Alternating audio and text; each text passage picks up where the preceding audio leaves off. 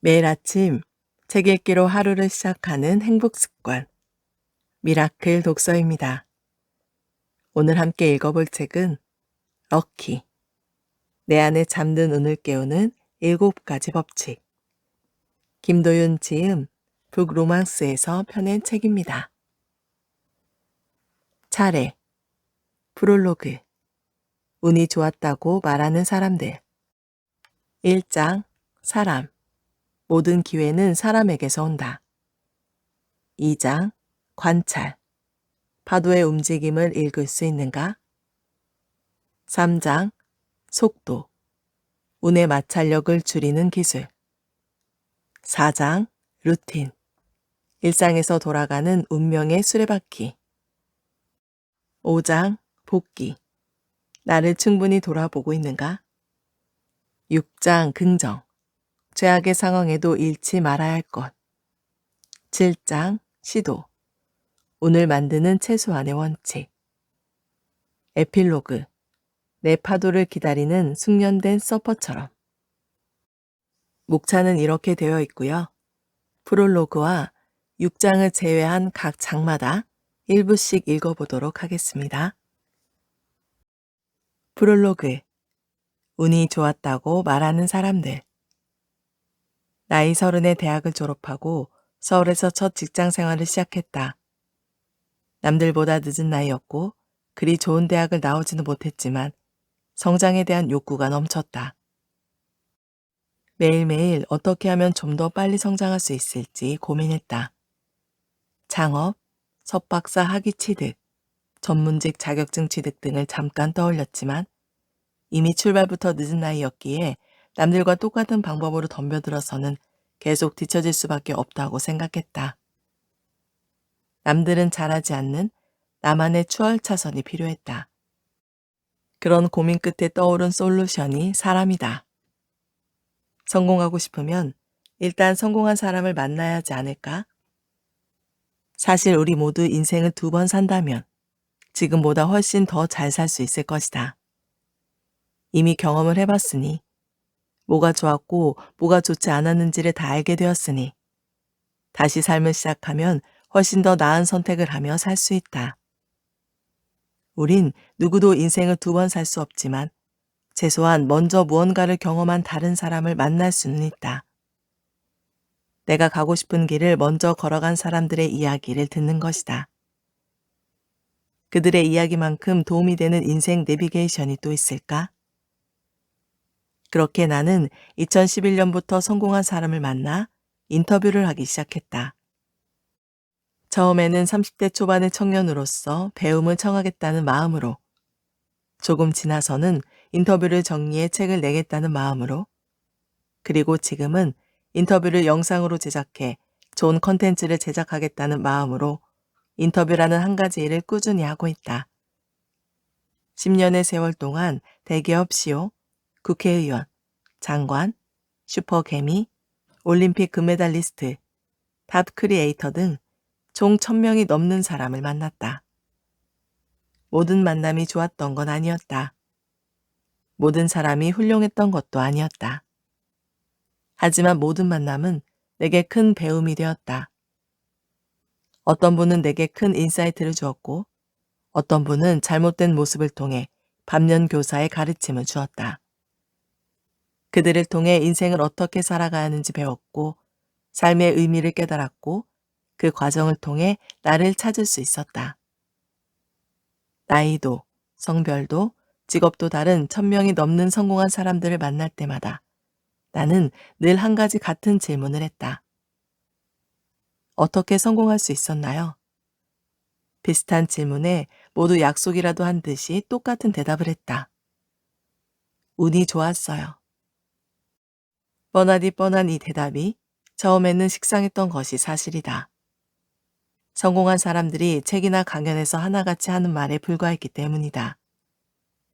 인사치레처럼 해야 하는 말, 조금 더 좋게 표현하면 그저 겸손의 말, 그 이상도 이하도 아니라고 생각했다. 하지만 인터뷰를 하면 할수록 그 말의 무게감이 조금씩 다르게 느껴졌다. 왜 그들만 운이 좋았을까? 그들은 언제 어디서 운을 만난 것일까? 그들은 무엇을 했기에 운을 만났을까? 그들은 어떻게 그 운을 자기 것으로 만들었을까? 동시에 이런 생각이 들었다.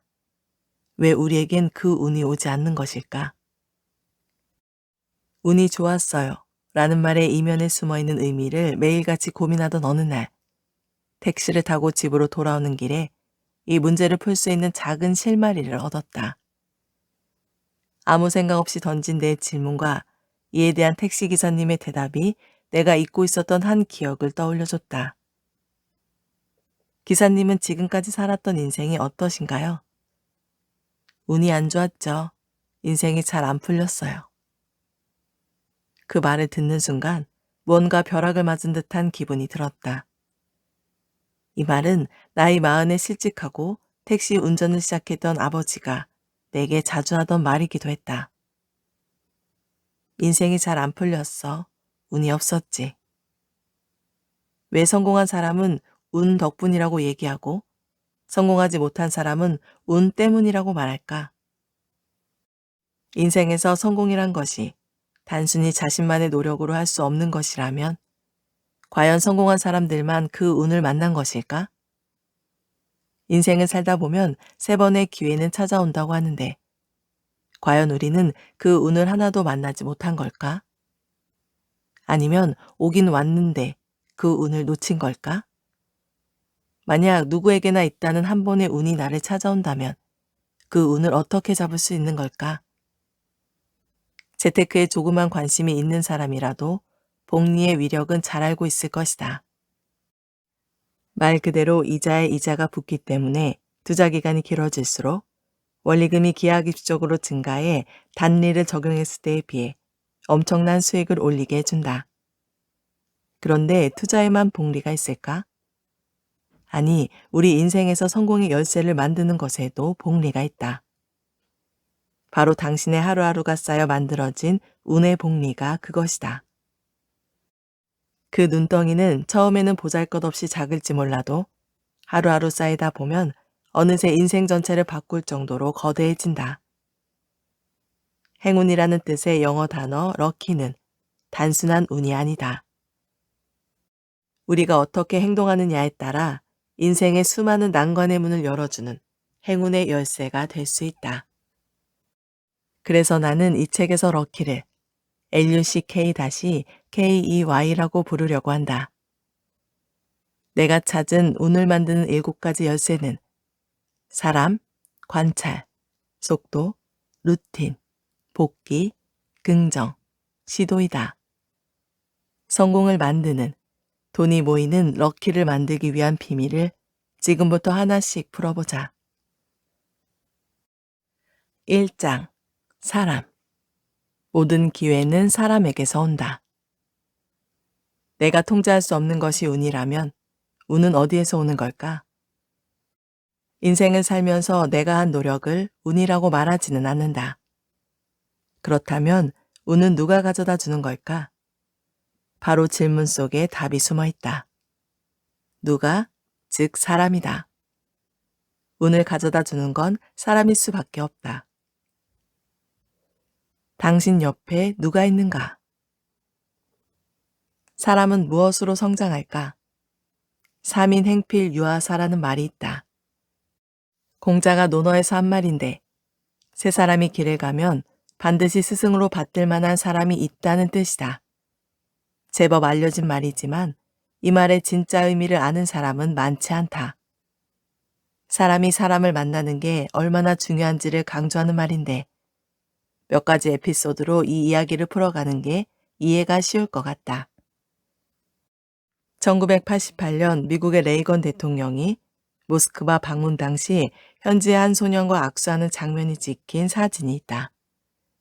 그런데 그 자리에는 나중에 러시아의 대통령이 된 젊은 시절의 푸틴이 있었다.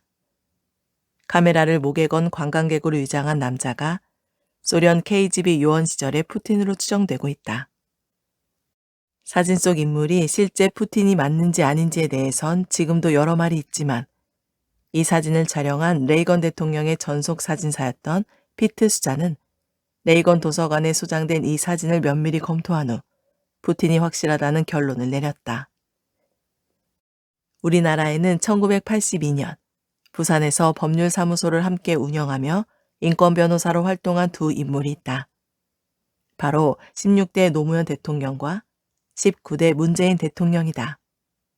정치색을 떠나서 혹시 그런 생각을 해봤는가? 대한민국 5천만 국민 중 대통령이 나올 확률은 몇이나 되는지, 그리고 자신의 지인 중에서 대통령이 나올 확률은 몇이나 되는지를. 이 말도 안 되는 확률이 현실이 되었던 이유는 사람을 만났기 때문이다. 투자의 세계에도 이런 인연은 존재한다. 세계 최고의 부호 중 한 사람인 워런 버핏은 혼자서 지금의 자리에 오르지 않았다. 버핏의 투자 인생은 버크셔 해서웨이의 부회장 찰리 먼거를 만나기 이전과 이후로 구분될 정도로 그에게서 큰 영향을 받았다. 버핏은 먼거를 내 사고의 지평을 넓혀줬다라며 최고의 존경을 표현했다. 먼거를 만나기 전 버핏은 헐값의 주식을 사서 차익을 남기는 담배꽁초식 투자를 하는 투자자에 지나지 않았지만 먼거의 가르침을 통해 성장 가치가 있는 주식의 기업을 사며 오마하의 현인으로 거듭나게 되었다. 평생 동반자인 먼거를 만나지 않았다면 버핏은 지금과는 다른 길을 걸었을지도 모른다. 중국에도 우연한 만남을 통해 세계 최대의 부호가 된 사람이 있다. 영어 강사이자 관광 가이드였던 마위는 만리장성 투어 중 야후 창업자 제리양을 가이드하게 됐고 그 만남에서 자극을 받아 시가총액만 700조 이상인 전자상거래 기업 알리바바를 세웠다. 국내에도 이런 사례는 많다. 국내 양대 포털 사이트를 만든 네이버 이해진 대표와 다음 이재용 대표도 유년 시절 같은 아파트에 살았다. 또 이해진 대표와 넥슨 김정주 대표는 카이스트 석사 시절 기숙사 룸메이트였다.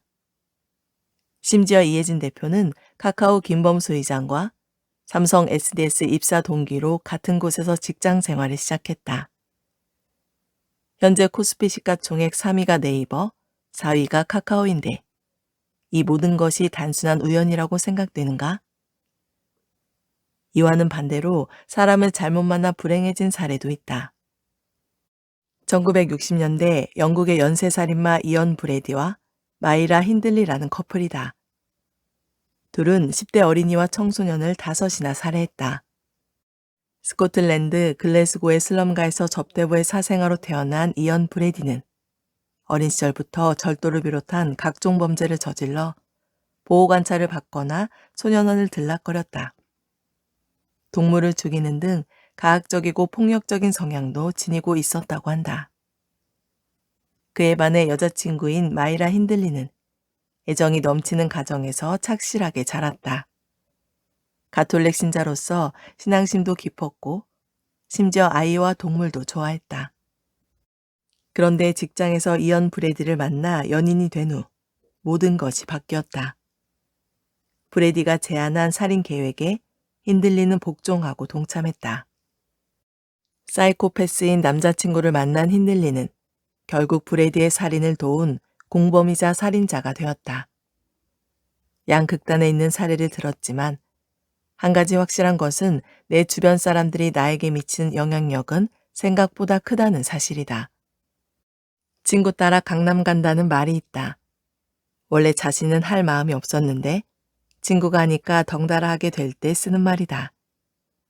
지금은 비흡연자인 내가 20대 초반 아주 잠깐 담배를 피웠던 이유는 당시 늘 붙어 다니던 친한 친구가 흡연자였기 때문이다. 많은 사람이 살면서 비슷한 경험을 했을 것이다. 생각해보면 어린 시절의 어머니는 친구를 가려서 만나라 라는 말을 참 많이 했다. 40년의 인생을 살아보니 그 말은 틀린 것이 하나도 없었다. 우리 주변에 대통령이 될 사람이나 세계 최고의 부호가 될 사람까지 둘 순 없겠지만 그래도 좋은 에너지를 주는 사람을 곁에 둬야 하지 않을까? 나 자신도 알지 못하는 좋은 운과 나쁜 운을 내 곁에 있는 사람이 내게 주고 있을 테니 말이다. 어쩌면 대부분의 우리가 성공하지 못하는 이유도 여기에 있을지 모른다. 주변에 나보다 좋은 사람이 있어야 성장할 수 있는데 안타깝게도 실제 내 주변에는 나 같은 사람밖에 없다. 책 속에 사람이 있다.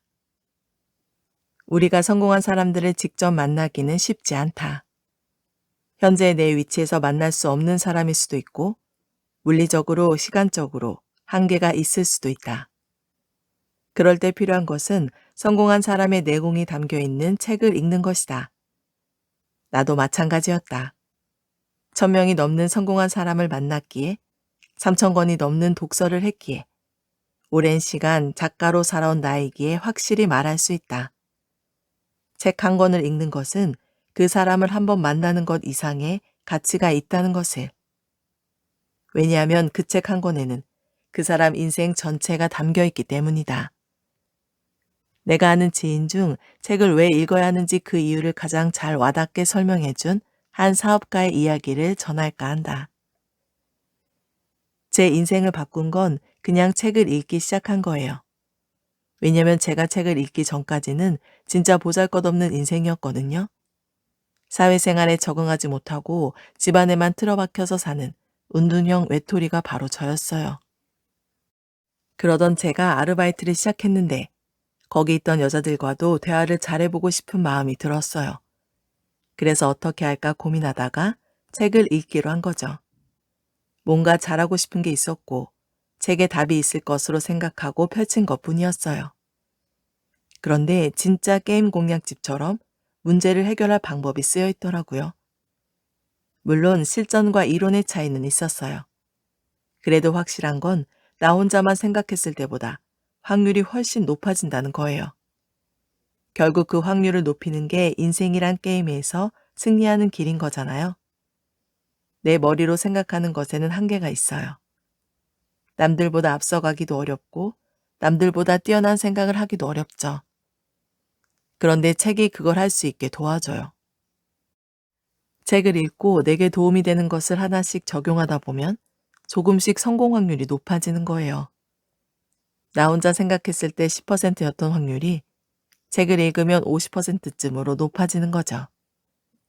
그걸 인생에서 수십, 수백 번 반복하면 탄력을 받게 되어 있어요. 책을 읽어도 안 되는 경우는 한 가지뿐이에요. 자기 고집이 너무 센 거죠. 내가 다치는 게 싫고 상처받는 게 두려워서 자기 생각을 안 바꾸려고 해요. 내 생각을 바꾸는 것 자체가 자존심 상하는 일인 거죠. 그래서 책을 읽더라도 기존의 내 생각을 더 강화해주는 것만 반복해서 본다거나, 책을 그저 읽는 척만 한다거나, 책을 읽더라도 실행하지 않는 거죠. 나를 보호하기 위해 고집을 부리는 건데, 실은 그 반대예요. 그 편협함이 내 성장을 가로막으니까요. 새로운 책을 읽고 내 생각이 틀렸다는 것을 깨달아야 발전이 있고 행동도 바꿀 수 있습니다. 하지만 자기가 틀렸다는 걸 인정할 수 없다면 책을 읽어도 아무런 의미가 없죠. 100m 달리기 선수가 되기 위해서는 빠르게 달리는 걸 반복적으로 훈련해야 하는데 그냥 매일 천천히 3시간씩 걷는 연습을 하는 꼴이에요. 인간에겐 이미 결정되어 있는 게 많아요. 타고난 유전자도 그렇고 내가 성장해온 환경도 마찬가지죠. 그걸 바꿀 수 있는 유일한 게 책이에요. 제가 연봉 10억이 될 수 있었던 비결도 다 책에 있었어요. 책을 읽고 똑똑한 사람들을 만나 대화하면서 인생 역전을 할 수 있었어요. 살다 보면 운은 정말 많이 찾아와요. 문제는 그걸 제대로 잡지 못한다는 거죠. 운이 들어올 기회를 놓친다는 건 판단력이 떨어진다는 얘기예요. 의사결정을 잘하지 못하는 거죠. 그런데 이 판단력을 높이고 더 나은 의사결정을 할 수 있도록 도와주는 게 책이에요. 식상한 답 같지만 이게 정답이에요. 사람들은 특이한 비법 같은 것을 찾고 싶어 하지만 세상에 그런 건 없는 것 같아요. 사실 지금도 계급이 대물림되는 세상이죠. 그래서 중산층으로 태어난 사람은 커서도 중산층으로 살아가고 재벌로 태어난 사람들은 커서도 재벌로 살아가죠. 안타깝지만 받아들일 건 받아들여야 해요. 하지만 완전히 기회가 없는 건 아니에요. 우리에게 주어진 운을 바꿀 수 있는 게 책이에요. 우리가 만날 수 없는 사람도 책으로는 만날 수 있어요. 오히려 실제 만나는 것보다 더 내밀한 이야기도 들을 수 있고요. 그래서 저는 책을 읽으라고 얘기하고 싶어요. 책을 읽으며 자극을 받고 더 나은 내가 되려고 노력할수록 운을 만날 확률이 더 높아지니까요. 2장 관찰. 운이 들어오는 경로는 4가지뿐. 운은 어떤 통로를 통해서 우리에게 오는 걸까? 이번 책을 집필하면서 알게 됐는데 놀랍게도 그 경로가 4개밖에 없었다. 모두 살면서 이 4가지 경로를 분명히 인식한다면 더 좋은 운이 들어오게 할 방법까지 터득할 수 있을 것이다. 첫 번째는 유전적 선천적 요인이다. 좋은 집안에서 좋은 유전자를 갖고 태어난다는 것은 분명 자기 복이다. 특히 신체적인 능력이 큰 영향을 미치는 스포츠 분야에서 이런 경향은 더 두드러지게 나타난다. 육상 선수인 우사인 볼트는 당대의 경쟁자들이 감히 따라가지 못할 정도의 실력을 과시하며 100m 9.58초라는 신기록을 세우고 금메달을 따냈다. 그의 기록이 더 놀라운 것은 그가 게으른 천재로 불리기 때문이다. 몸에 달라붙는 느낌이 찝찝하다고 공기 저항을 줄여주는 최신 소재의 경기복을 입지도 않고 평소 식단 관리도 특별히 하지 않는다. 경기 전에는 자신이 좋아하는 맥너겟을 먹고 뛰어 세계 신기록을 수립한다. 우사인 볼트의 성과를 논할 때 과연 타고난 재능을 빼놓을 수 있을까? 뿐만 아니라 우리는 전 세계 곳곳에서 당대 최고의 스포츠 스타를 아버지로 둔 2세들이 마찬가지로 각 분야에서 엄청난 활약을 하는 것을 목격하고 있다. 다행인 건 이런 사람은 극소수라는 것이다. 운이 좋아 타고난 재능이 압도적이면 성공에 더 빨리 다가설 수 있겠지만 이건 우리가 어찌할 수 없는 부분이다. 운이 들어오는 다른 새 통로도 있으니 너무 아쉬워할 필요는 없다. 두 번째는 시대적 환경적 요인이다. 시대가 시간적인 개념이면 환경은 공간적인 개념이다. 재능 있는 연예인이라고 해서 무조건 뜨는 걸까? 재능을 타고난 연예인이 아무리 노력해도 그 시대와 맞지 않으면 제대로 빛을 보지 못한다. 내가 언제 어디에서 노력을 기울이고 있는지에 따라 성공의 운명이 바뀔 수 있다는 얘기다. 한국에서도 많은 사람이 관람한 서칭 포 슈가맨이라는 다큐멘터리 영화가 있다. 로드리게스는 미국에서는 아무도 알아주지 않는 은퇴한 가수인데 남아공에서는 자신도 모르는 사이에 밥 딜런의 버금가는 슈퍼스타가 되어 있었다. 그에게 맞는 공간적 운은 남아공이었던 것이다. 시대적인 운은 내가 좋아하고 잘할 수 있는 일이 지금 내가 사는 이 시대와 얼마나 적합성이 높은지에 달려있다. 뛰어난 재능을 가졌음에도 시대보다 너무 앞서 나가서 본인이 살던 당시에는 아무런 빛을 보지 못하다가 사후에 그 가치를 다시 인정받은 비운의 예술가도 많다. 하지만 시대적 환경적 요인에는 유전적 요인과 다르게 우리의 노력이 개입할 여지는 어느 정도 열려 있다. 그건 바로 시대를 읽는 눈이다. 현대사회에서 시간은 그 어느 때보다 압축적이다. 업종을 막론하고 그 안의 생태계가 굉장히 빠르게 바뀌고 있다. 예를 들어 사양산업처럼 보이는 출판업이라고 해도 그 안에서 시대 흐름에 맞게 빠르게 전략을 수정한 출판사는 예전보다 훨씬 더 큰 성과를 내고 있다. 유튜브나 인스타그램의 자체 채널을 갖거나 인플루언서 마케팅을 통해 새로운 저자와 새로운 독자를 확보해 나간다. 반대로 시대가 바뀌었음에도 예전처럼 서점 영업이나 신문 광고 등에만 목매는 출판사는 점차 경쟁에서 뒤처진다. 이건 그냥 자기 할 일을 열심히 하는 것과는 별개의 문제다. 과거와 달리 단순한 성실성만으로는 생산성의 혁신을 이뤄낼 수 없다. 성실성을 기본으로 한 창의성이 필요하다. 이건 운의 영역만은 아니다. 시대를 잘 만났다는 말은 어쩌면 우리의 노력 여하에 따라 시대를 잘 읽었다는 말로 대체될 수 있다. 자신이 하는 노력이 밑빠진 독에 물 붓는 격은 아닌지 잘 돌아봐야 한다. 세 번째는 관계적 요인이다. 우리는 어떤 사람을 만남으로써 나의 잠재력을 폭발시킬 기회를 얻기도 한다. 박지성 선수가 히딩크 감독을 만난 것처럼, 가수 비가 제작자 박진영을 만난 것처럼 성공한 사람에게는 자신의 재능을 발견해주고 앞으로의 길을 이끌어준 사람이 있다. 내게 실력이 있다고 적절한 시기에 그런 사람을 딱 만날 수 있는 건 아니기에 사람과의 만남에도 운이 필요하다. 조금이나마 그 확률을 높이기 위해서는 여기저기 씨를 뿌려야 하는데 역시 씨를 뿌리기 위해서는 많은 사람을 만나야 한다. 나의 가능성을 많은 사람에게 인지시킬수록 나를 끌어줄 좋은 사람을 만날 확률도 늘어나는 것이다. 네 번째는 개인적 요인이다. 이건 나 자신의 노력을 말한다.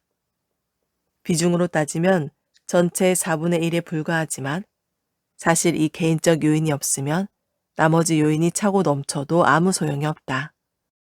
결국 자기 자신의 노력이나 의지에 다른 외부적 요인이 더해져서 성공의 운을 만들어내는 것이기 때문이다.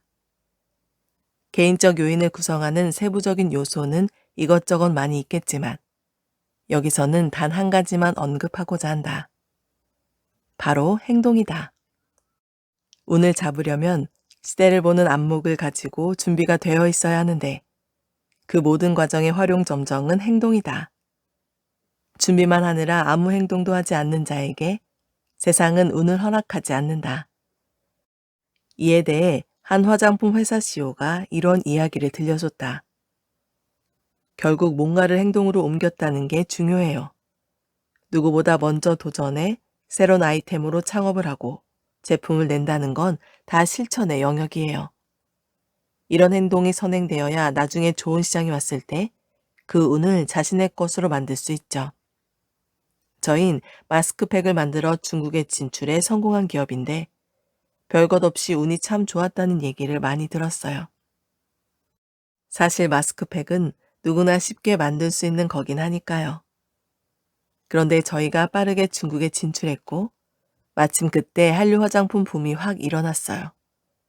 운이 좋았던 게 맞죠. 지금 다시 하라고 하면 절대 못할 거예요.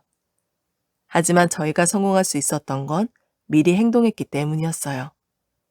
미리 제품을 만들어 놓고 미리 중국에 진출했기에 우리에게 들어온 시대적인 운을 우리 것으로 만들 수 있었죠.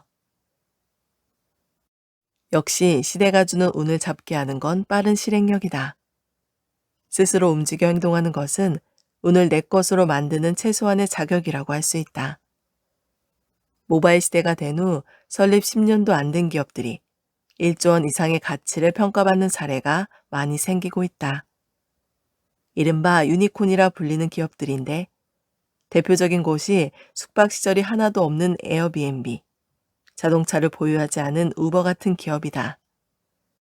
시대가 주는 운을 제대로 올라탄 기업이라고 할 수 있는데 역시 그 운을 차지한 자는 남들보다 빨리 행동으로 옮긴 사람들이다. 운은 내가 쌓은 준비와 시대가 준 혜택의 교집합인 것이다. 물론 시대를 읽고 준비해 빠르게 행동으로 옮겨도 그게 언제 터질지는 알 수 없다. 성공한 사례를 쉽게 찾을 수 있는 것처럼 실패한 사례도 얼마든지 많이 찾을 수 있다. 그래도 우리는 운이 올 때의 자격을 갖추기 위해서 내가 해야 할 일을 하며 기다려야 한다. 우리가 눈사람을 만들 때를 생각해보자. 처음엔 손이 시려워도 계속 내 손으로 눈을 뭉쳐야 하지만 어느 정도 사이즈가 되면 내 손을 떠나 눈 위에 굴리기만 해도 눈덩이가 계속 더 커진다. 운은 절대 한 번에 만들어지지 않는다. 아무도 쳐다봐 주지 않는 춥고 싫은 계절을 버텨야 한다. 왜냐하면 내가 원하는 시대가 제때 오지 않을 수도 있기 때문이다.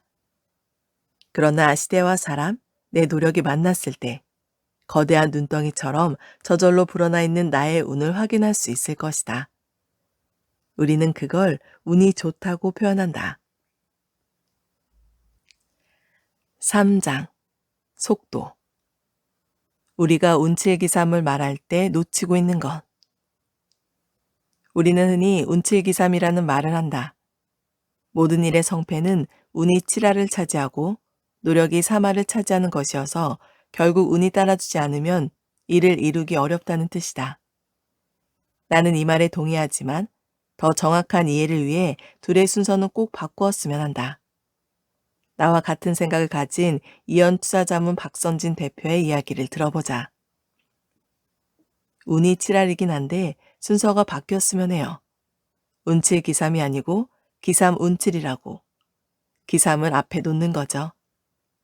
물론 기삼만으로 도달할 수 있는 데는 한계가 있어요. 실력이 안 중요하다는 게 아니라 그것만으로는 안 된다는 거죠. 정말 실력이 있고 노력을 하는 사람이라면 한두 번의 실패는 있을지라도 결국 어느 정도 수준까지는 성공할 수 있어요.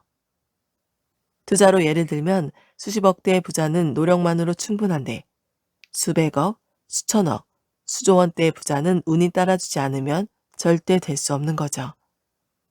큰 부자가 되려면 운이 따라줘야 하는 것 같아요. 저 역시 2000년까지만 해도 재테크에는 관심이 없었어요. 그냥 제 월급으로 아내가 알아서 투자하던 시절이었죠. 그때 집을 하나 샀어요. 옥동 아파트였는데 그게 2001년에 많이 올랐고 저흰 2002년에 팔았어요. IT 버블이 꺼진 게 그때쯤이었으니 주식을 시작하기 굉장히 좋은 시기였어요. 목동 아파트를 사고 판 돈으로 종잣돈이 마련된 덕에 좋은 시기에 투자할 수 있었던 거죠. 제가 주식 투자로 2004년과 2005년에 제일 많이 벌었는데 그 종잣돈이 없었으면 수익이 훨씬 더 줄었을 거예요. 운이 많이 작용한 건 분명하지만 그 운도 제 실력이 없었으면 무용지물이었을 거예요. 그러니 전 기삼운칠이라고 말하고 싶은 거예요. 지금까지 오게 된 걸 돌이켜봐도 항상 그랬던 것 같아요. 주식 투자에서도 시장을 이끌 수 있는 사람은 많지 않다. 웬만한 실력이 아니고서야 장 자체가 좋지 않으면 수익이 나기 어렵다. 세상 모든 일이 내가 계획한 대로 풀려가면 100% 내 실력으로 했다고 할 수 있지만 실제 우리 삶은 사소한 뜻밖의 일 하나로 크게 달라질 수 있다. 어떤 사람을 만나느냐, 어느 곳으로 가느냐에 따라 수십억 대의 부자가 조 단위의 부자가 될 수도 있는 것이다.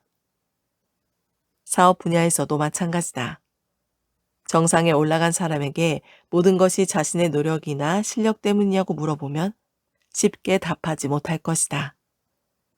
왜냐하면 그 자리까지 올라가면서 수많은 경쟁 상대를 봤기 때문이다. 그 중에는 분명 자기보다 뛰어난 사람도 있었을 텐데 어떻게 된 영문인지 내가 정상에 올라온 것이다. 그러니 내가 노력이나 실력으로만 올라왔다고 하기에는 무언가 민망해진다. 살다 보면 한때 열등감을 느꼈거나 진심으로 존경했던 사람보다 내가 더 성공하는 경우도 생긴다. 나보다 뛰어난 사람이 많다는 걸 잘 알기에 성공한 사람 중 운을 빼놓고 이야기하는 사람이 거의 없는 것이다. 운이 성공에 얼마나 기여했는지 물어보면 적어도 1할은 필요하다는 얘기가 나온다. 1할 때문에 성공했다고 말하진 않지만 1할 덕분에 성공했다고 말하는 것이다. 그렇게 따지면 운은 성공을 원하는 누구에게나 필요한 요소이다. 분명 시대가 주는 운은 내 마음대로 컨트롤할 수 없다. 그러니 우리는 그저 우리가 할 수 있는 일만 하면 된다. 꾸준히 노력해서 내가 원하는 실력을 먼저 갖추는 것이다. 그렇게 3할을 채워야 나머지 7할의 운이 들어올 여지가 만들어진다. 운은 자동차로 따지면 차키라고 생각하면 된다. 차키가 자동차의 몇 할을 차지하느냐고 물어봤을 때 그 누구도 1할 이상이라고 말하진 않을 것이다. 하지만 차키가 없으면 시동이 안 걸린다. 근데 그 1할의 이야기가 너무 재미있고 쉬워 보이니까 다들 운만 기다리고 정작 필요한 구할에 대한 고민을 덜한다. 운이라는 키는 필요하지만 그 전에 키를 꽂을 자동차를 먼저 준비해야 한다. 내가 자동차를 만들고 운전할 수 있는 실력을 갖추면 언젠가 내 손에는 시동을 걸게 해주는 차키가 반드시 주어질 것이다. 우리가 할 일은 그것뿐이다. 주어진 운은 받아들이되 살아갈 운명은 스스로 만들어가자. 4장 루틴. 경쟁에서 이기는 나만의 방법이 있는가? 우리가 운을 필요로 하는 이유가 뭘까? 어느 정도의 성공을 바라기 때문일 것이다. 문제는 성공의 자리가 한정되어 있기에 그 자리를 차지하러 가는 과정의 경쟁이 참 치열하다는 것이다. 10대 때는 입시 경쟁을, 20대에는 취업 경쟁을, 취업 후엔 생존 경쟁을 하며 살게 된다. 살아가면서 결코 피할 수 없는 경쟁이기에 우리는 원하지 않더라도 경쟁에서 이기는 법을 배워야 한다. 이 문제에 대한 건 내가 만난 수능 만점자들과의 인터뷰가 도움이 될 것 같다. 입시를 앞둔 수험생이 느끼는 불안감은 어마어마하다. 이미 경쟁의 한복판에 들어가 있는 학생들에게 압박감을 느끼지 말라고 마음 편하게 먹으라고 조언하는 것만큼 의미 없는 일도 없다. 선생님이나 부모님 또한 어차피 성적과 석차로 줄을 세우는 게 현실 아닌가? 과연 수능 만점자들은 어떻게 이런 치열한 경쟁과 압박감을 이겨내고 1등을 한 것일까? 그들이 말해준 여러 방법 중 내게 가장 와닿았던 3가지 방법을 정리해보겠다. 첫 번째는 타인과의 경쟁보다 자신의 성장에 초점을 맞추는 것이다. 서울대 인문대에 재학 중이었던 수능 만점자는 말했다. 남들과의 경쟁은 내려두고 구체적인 점수를 목표로 삼는 게 좋다고 생각해요. 안정적인 성취감을 느끼는 데는 그 편이 훨씬 더 좋거든요. 남과 경쟁하는 마음을 버리는 건 현실적으로 쉽지 않다. 상위 몇 % 안에 들어야 하는 구도에서는 나와 경쟁하는 상대들이 먼저 눈에 들어오기 때문이다. 하지만 그럴수록 더 자신의 성장에 초점을 맞춰야 한다. 타인과의 싸움이 아닌 나와의 싸움에서 이겨내는 것을 목표로 두는 게 결과적으로 경쟁에서 이기는 데 도움이 된다.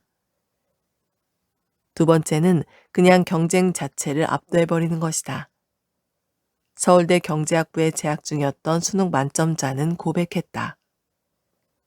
우리 학교는 한 달에 한 번씩 시험을 보고 1등부터 20등까지 벽보에 딱 붙여놔요. 친구들 성적이 다 공개되는 거죠. 그걸 보고 신경 쓰는 친구가 많았는데 저는 솔직히 좋았어요. 제가 항상 1등이었거든요. 경쟁하는 동안 불안감을 잠재우는 가장 좋은 방법은 그냥 1등을 하는 것 같아요. 자신보다 등수가 높은 사람을 만들지 않아 신경 쓸 대상 자체를 없앤다는 이 학생의 말은 할 수만 있다면 가장 좋은 방법일 것이다. 세 번째는 후회를 남기지 않는 것이다. 서울대 의대에 재학 중이었던 수능 만점자는 재수 시절 가장 후회됐던 일에 대해 내게 말했다. 재수할 때 제일 힘들었던 게 지난 여름방학 동안 공부를 더 열심히 했다면 결과가 달라졌을까? 라는 생각이었어요. 그 생각이 끊임없이 저를 괴롭혔어요. 다른 학생들은 몇 년 후 지금의 학창시절을 되돌아봤을 때 내가 그때 공부를 좀 더 할 걸 이라는 생각을 안 하도록 최선을 다하면 좋겠어요. 목표를 이루지 못하는 것은 괜찮지만 적어도 그 과정에 후회가 남으면 안 되는 것 같아요. 지금 치열한 경쟁의 한가운데 있다면 위 3가지 방법 중 자신에게 맞는 것을 한번 선택해보자. 단, 여기서 중요한 것은 경쟁에 지치고 힘들어도 자신이 해야 할 일을 놓지 않는 것이다. 앞서 소개한 서울대 의대에 입학한 수능 만점자는 이렇게 말했다. 제가 진짜 멘탈이 안 좋았거든요. 하지만 유리 멘탈과 공부는 딱히 상관이 없었어요. 불안하다고 엉엉 울고 난 다음에도 공부는 늘 했어요. 제 마음이 힘든 것과 그날 하루에 공부를 하지 않는 것은 전혀 다른 문제예요. 내 멘탈 상태가 어떻든 그날 내가 할 일은 해야 하니까요. 그는 알고 있었다. 아무리 힘든 순간조차 내 할 일이 무엇인지를 잊지 말아야 한다는 사실을 말이다. 나 또한 힘들 때마다 나 자신에게 하는 말이 있다. 내가 힘들든 힘들지 않든 일희일비하지 말고 내가 해야 할 일은 반드시 하자. 그 과정에서 시간이 쌓이다 보면 지금의 어려움을 넘어서 있을 거다. 사실 예전부터 이 말을 경쟁에 지친 사람들에게 꼭 한번 해주고 싶었다. 5장 복귀. 나는 운을 부르는 말을 하고 있는 사람인가? 평소 우리가 하는 사소한 말 한마디에도 우리의 운에 영향을 미치는 작은 힘이 숨어 있다. 우리가 이 숨어있는 운을 알아차려야 하는 이유는 이렇게 작은 것도 매일매일 반복되면 생각지도 못한 크기로 커질 수 있기 때문이다. 더군다나 입에 붙은 말 습관은 나중에 바꾸려고 해도 좀처럼 바꾸기가 쉽지 않다. 그럼 지금부터 운이 들어오는 말 습관에 대해 하나씩 살펴보자. 첫 번째는 긍정적인 말이다. 내가 상대에게 준 긍정적인 에너지는 반드시 나에게 돌아온다. 내가 긍정적인 에너지를 줬음에도 내게 침을 뱉을 사람이 있을까? 그런 일은 잘 일어나지 않는다. 상대를 기분 좋게 하는 웃음과 리액션, 그리고 상대를 배려하는 긍정적인 말은 사실 별것 아닌 것처럼 보인다. 하지만 그렇게 작고 약해 평소에 잘 드러나지 않던 운이 시간이 지나 내게 정말 필요한 때가 되었을 때 매우 큰 힘으로 작용할 수 있다. 게다가 이건 습관의 문제라 내 몸에 배어있기 때문에 사람을 만나 대화하는 행동 자체가 매일 조금씩 운을 정립하는 행위인 셈이다. 긍정적인 것이든 부정적인 것이든 내가 뿌린 에너지는 다 나한테 돌아오기 마련이다. 그러니 내가 평소에 하는 말을 잘 점검해야 한다. 사람들에게 상처 주지 않기 위해 노력해야 한다. 두 번째는 겸손한 말이다. 내가 무언가를 잘했을 때 내 공을 자랑하면 나에게 올 운이 반감된다. 가만히 있으면 모두 알아서 인정해줄 공인데 스스로 그 공을 과시함으로써 복을 걷어차는 경우가 많다. 그저 다른 사람들이 알아봐줄 때까지 기다리면 된다. 내가 말 안 하면 사람들이 몰라줄 것 같지만 세상 일이 그렇지가 않다. 상대방에게 칭찬할 때도 마찬가지다. 상대가 앞에 있을 때 떠들썩하게 하는 칭찬보다 상대가 없을 때 하는 칭찬이 더 큰 힘을 발휘한다. 자신이 듣는 자리에서 하는 칭찬은 선심성 멘트이거나 아부하는 말로 여겨질 수 있지만 자신이 없는 자리에서 하는 칭찬은 나중에 건너서 들었을 때 진심으로 하는 말로 들리기 때문이다. 상대방이 없을 때 한 말인데 어떻게 할 수 있었는지 걱정할 필요 없다. 어차피 좋은 말이든 나쁜 말이든 뒤에서 한 말은 모든 시간이 지나면 수면 위로 올라오기 마련이다. 세상에 다른 사람한테 말하면 안 돼 같은 그런 비밀은 없다. 세 번째는 운의 연결고리를 만드는 말이다. 이건 내가 말하는 것보다 남의 말을 잘 듣는 것과 관련이 있다. 예를 들어 한 회의에서 직원이 한 말을 사장이 귀담아 듣고 반영하면 그 직원의 자기 효능감과 회사 생활 만족도는 더 높아질 수밖에 없다. 사장님이 내 의견을 잘 들어주고 있구나 라는 생각은 운의 연결고리 역할을 하며 그 직원에게 강력한 동기부여가 된다. 반대로 어떤 얘기를 해도 벽에 대고 말하는 것처럼 느껴진다면 운의 연결고리가 만들어지지 않는다. 인맥이 상당히 좋은 한 사업가는 어떤 작은 것이라도 계속 운의 연결고리를 만드는 게 정말 중요하다고 말해주었다. 솔직히 대기업 회장들이 뭐가 하시겠어요? 제가 해줄 수 있는 게 거의 없죠.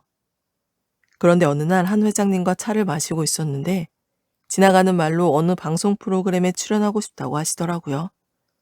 저는 그 말을 귀담아 들었고 마침 그쪽에 제가 아는 사람이 있어 연결해 드렸어요. 회장님이 정말 고마워하면서 제게 필요한 다른 도움을 주셨어요. 작은 말 한마디도 허투루 듣지 않는 게 운의 연결고리를 만드는 길이에요. 이 과정에서 중요한 건 자연스러움이다. 내가 오늘 밥을 샀으니까 내일은 네가 밥을 사.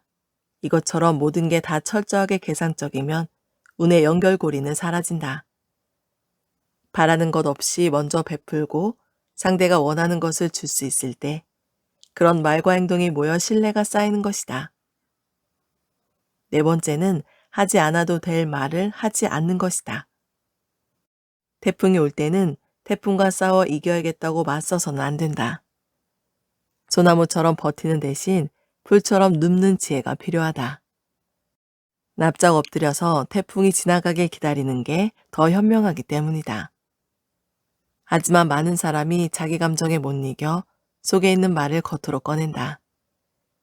그러면 원래 있는 문제는 해결하지도 못한 채 자신의 말로 비롯된 더 큰 문제가 생겨서 결국 나 자신이 공격당할 빌미를 제공하게 된다. 나 역시 그런 악수를 둘 때가 간혹 있었는데 그때마다 든 생각은 굳이 이렇게 일을 키워야 했나 하는 것이었다. 살면서 나를 힘들게 하는 일이 생길 때는 상대를 넘어뜨리려고 하는 대신 최선을 다해 피하자. 하지 않아도 될 말이 나에게 온 나쁜 운을 더욱더 나쁘게 만든다. 당신은 어떻게 말하고 있는가? 아마 좋은 습관도 있고 나쁜 습관도 있을 것이다. 중요한 건 우리가 하는 말이 우리의 운에도 영향을 미친다는 사실을 알고 나의 좋은 말 습관과 나쁜 말 습관을 알아차리는 것이다.